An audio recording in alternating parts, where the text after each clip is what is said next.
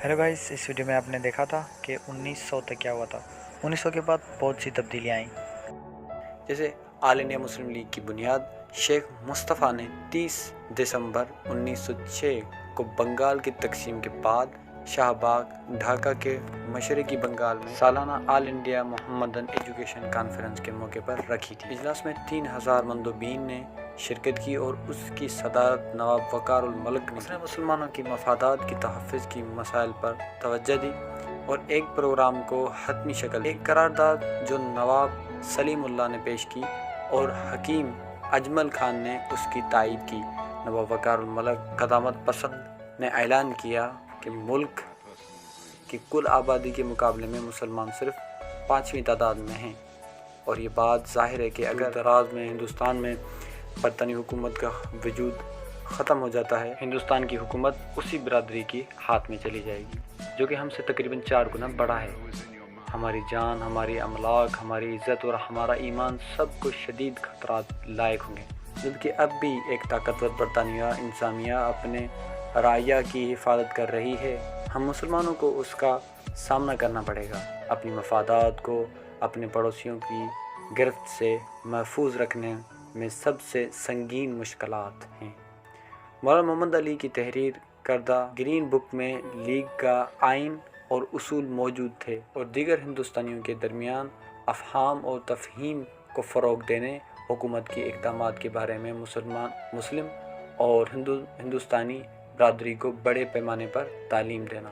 कांग्रेस के उन मुसलमानों में जो इब्तिदा में लीग में शामिल नहीं हुए थे, जिन्ना थे जो एक मुमताज़ सियासतदान और मुंबई के बैरिस्टर थे। उसकी वजह ये थी कि लीग के प्लेटफॉर्म का पहला मज़मून था हिंदुस्तान के मुसलमानों में बरतानिया की हुकूमत के साथ वफ़ादारी के जज्बात को फ़रोग़ देना। लीग 5 साल तक बरतानी इंतज़ामिया की वफ़ादारी रही, यहाँ तक कि अंग्रेज़ों ने बंगाल की तकसीम को वापस लेने का फ़ैसला किया। मुस्लिम लीग ने बरतानी फ़ैसले को हिंदू के लिए जुज़वी तौर पर देखा।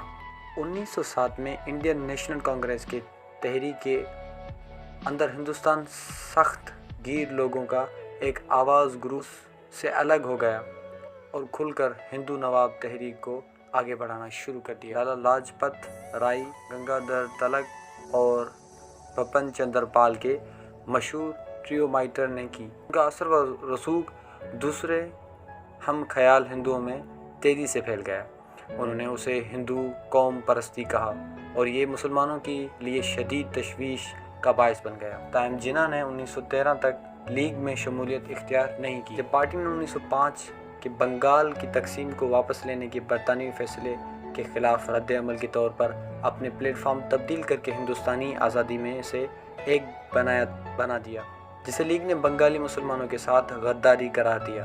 हिंदू आबादी की पुरजोर मुजाहरों और खुफिया गिरोहों जैसे अलूशन समेती और उसके शाख युगंधर ऑफ अरुबंद और उसके भाई वगैरह के ज़रिए शिद्दत के बाद अंग्रेज़ों ने बंगाल को दोबारा मुत्तहद करने का फ़ैसला किया था। उस मरहले तक जिन्ना एक आज़ाद मुत्तहद हिंदुस्तान के हुसूल के लिए बाहिमी तावन पर यकीन रखते थे। हालांकि उन्होंने दलील दी कि मुसलमानों को किसी भी हिंदुस्तानी पार्लियामेंट में 1/3 नशिस्तों की ज़मानत दी जाए। लीग रफ्ता रफ्ता हिंदुस्तान मुसलमानों की सरगर्दा नुमाइंदा तंजीम बन गई। जिन्ना 1913 में मुस्लिम लीग ज्वाइन की, 1916 में उसकी सदर बने और उन्होंने कांग्रेस की रहनुमा गंगाधर तिलक के साथ लखनऊ मुआहदे पर बातचीत की, जिसके ज़रिए कांग्रेस ने मुसलमान कमेटी के लिए अलहदा इंतखाबी हलकों और वज़नी नुमाइंदगी के उसूल को तकसीम किया।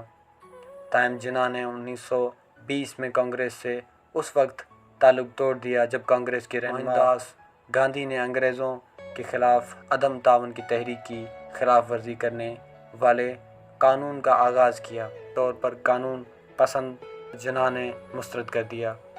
जिन्ना को ये भी यकीन हो गया कि कांग्रेस मुसलमानों के लिए अलहदा इंतखाबी हलकों के लिए अपने हिमायत तर्क कर देगी, जो कि उसने 1928 में की थी। 1927 में अंग्रेज़ों ने साइम कमीशन की सिफारिश के मुताबिक हिंदुस्तान के लिए एक आइन तजवीज़ किया, लेकिन वो तमाम जमातों से मफ़ाहम करने में नाकाम रहे।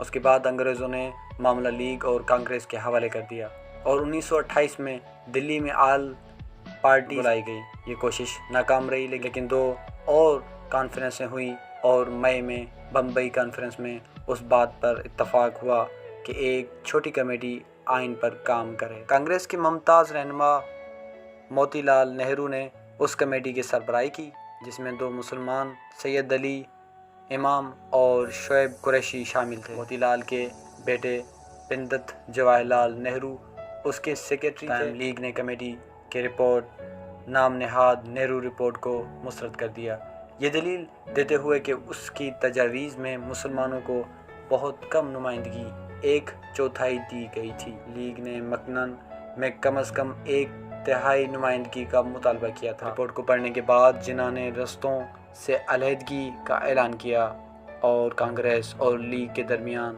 تعلقات خراب ہونے لگے۔ برطانیہ میں ہونے والے عام انتخابات بائیں بازو کی لیبر پارٹی کو وزیر اعظم میک ڈونلڈ کی قیادت میں کمزور کر دیا تھا۔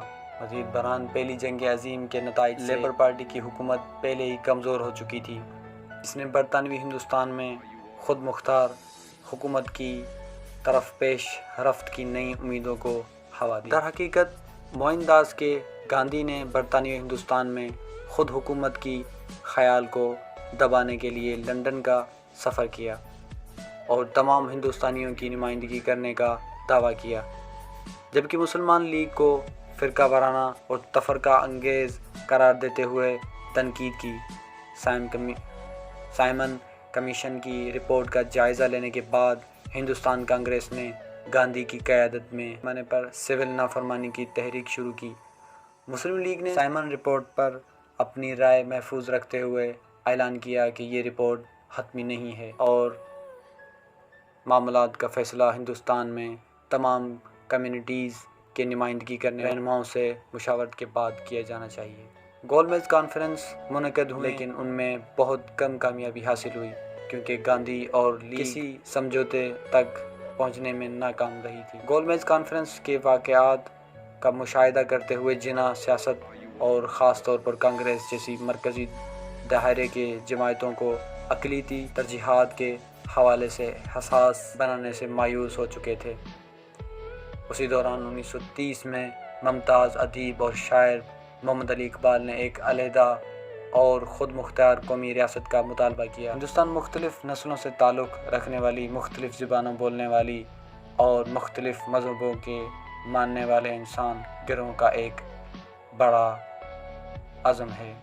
ذاتی طور پر میں پنجاب، شمالی مغربی سرحدی صوبہ سندھ اور بلوچستان کو ایک ریاست میں ضم ہوتے دیکھنا چاہتا ہوں۔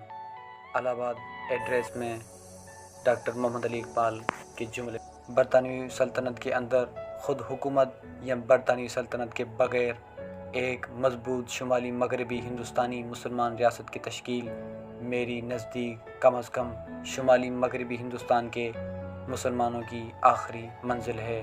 الہ آباد ایڈریس محمد علی اقبال۔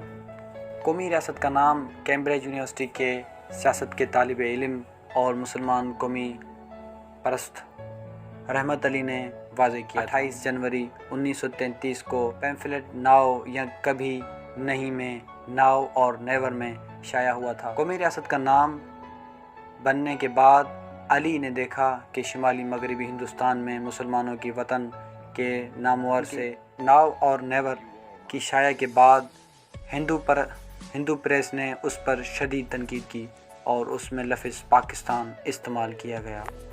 یوں یہ لفظ گرما گرم بحث کا موضوع بن گیا۔ 1937 میں انتخابات ہونے کے ساتھ منتخب ہندوستانی صوبائی قانون سازوں کو کافی طاقت سونپنے کی تجویز پیش کی۔ انتخابات کے بعد لیگ نے بنگال اور پنجاب میں اقتدار سنبھالا، لیکن کانگریس نے بیشتر دوسرے صوبوں میں اقتدار حاصل کر لیا اور تکنیکی مشکلات کا حوالہ دیتے ہوئے بڑی مسلمان اقلیتوں والے صوبوں میں لیگ کے ساتھ اقتدار منتقل کرنے سے انکار کر دیا۔ اس کے بعد کانگریسی دور مسلمانوں میں غیر مقبول تھا اور اسے مسلمان رہنماؤں کے ذریعے ہندو طور پر دیکھا جاتا تھا۔ محمد علی جناح نے 22/1939 کو ہندوستانی مسلمانوں کے لیے یوم نجات قرار دیا، جسے ڈے آف ڈیلیورنس بھی کہا جاتا ہے۔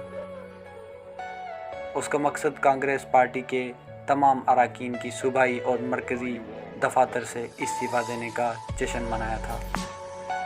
1939 کے بعد کیا ہوا تھا تو یہ جانیے اگلے ویڈیو میں۔